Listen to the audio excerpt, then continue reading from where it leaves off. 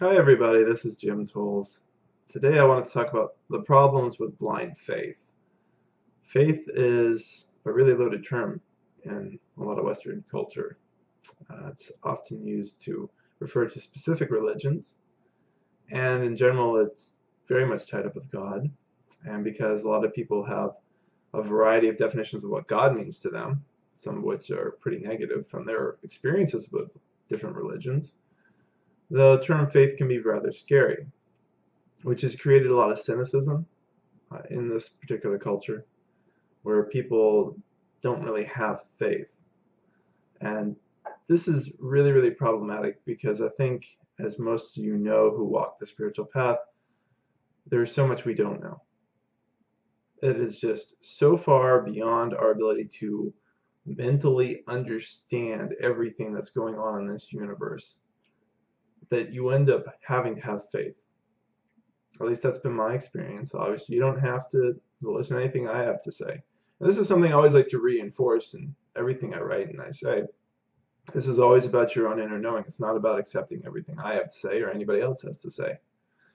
And this doesn't come from a place of cynicism. This comes from a place of learning to listen to yourself about how do you find what's true. And this is a type of having faith with yourself. Because if you don't believe in yourself, authentically believe in yourself, you don't believe in the ego part of yourself that says, I'm the greatest thing that's in sliced bread. You believe in yourself because you are. And because you naturally have a knowing that wants to arise and be listened to when you're not fighting it with fear or anger or other forms of control. But what happens on the other side of this extreme cynicism is people who just blindly believe in everything. And just blind faith tends to mean you just listen to whatever the priest tells you. And that's not really faith, actually. That's an abdication of a deeper kind of faith that you should be cultivating. It's a faith in yourself and a faith in your connection to God. And God is always here talking to you. I've already done a video about what is God, but in brief, if you haven't seen it, I simply believe that God is everything, in everything, and is consciousness itself that is throughout the universe. And I believe that any sort of gendered view of God is just too narrow. It's just so far beyond what we can use in the English language to describe God.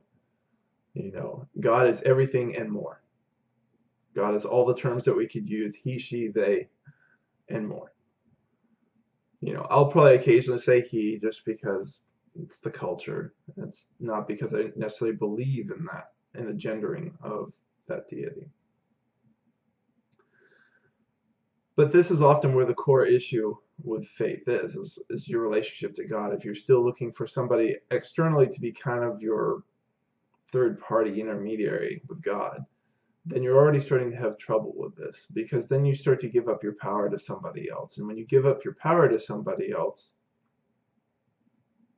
that's where you can be led to do things that aren't true for you and things that can be harmful for others. And we've already seen this historically, where you've had, you know, a variety of different spiritual leaders telling people to go to war or go do this and all that sort of stuff, which has nothing to do with spirituality. It has everything to do with the ego trying to control its world and affirm itself through money and riches and land and power and so on and so forth. You know, for a lot of men, it's through women. And for many women, you know, it's affirming their power through men. You know, so there's plenty of women who've chased after men who've been in positions of power and used them. It really goes both ways. It's terrible, and it's not healthy. And so part of this whole process is going to be a reclamation of your power. So when you start to let go of these other external sources as being people to tell you how to believe, you start to become much more powerful.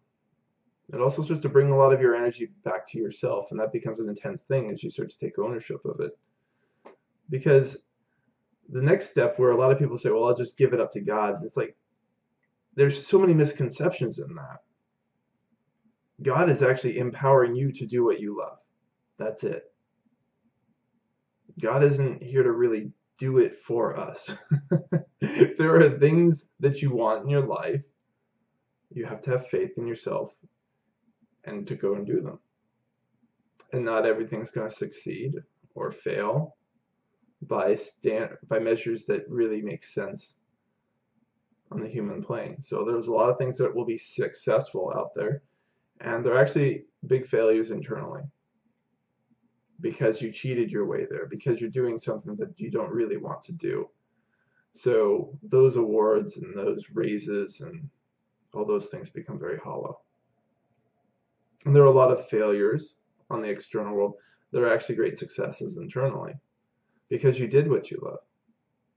Because you can't really measure true success in the internal world. And so if a business that you loved doesn't last, then it didn't last. Nothing else will really last, actually.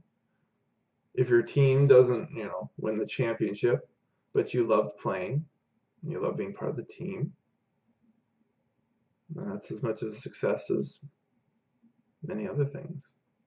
Perhaps a bigger success than the team that won.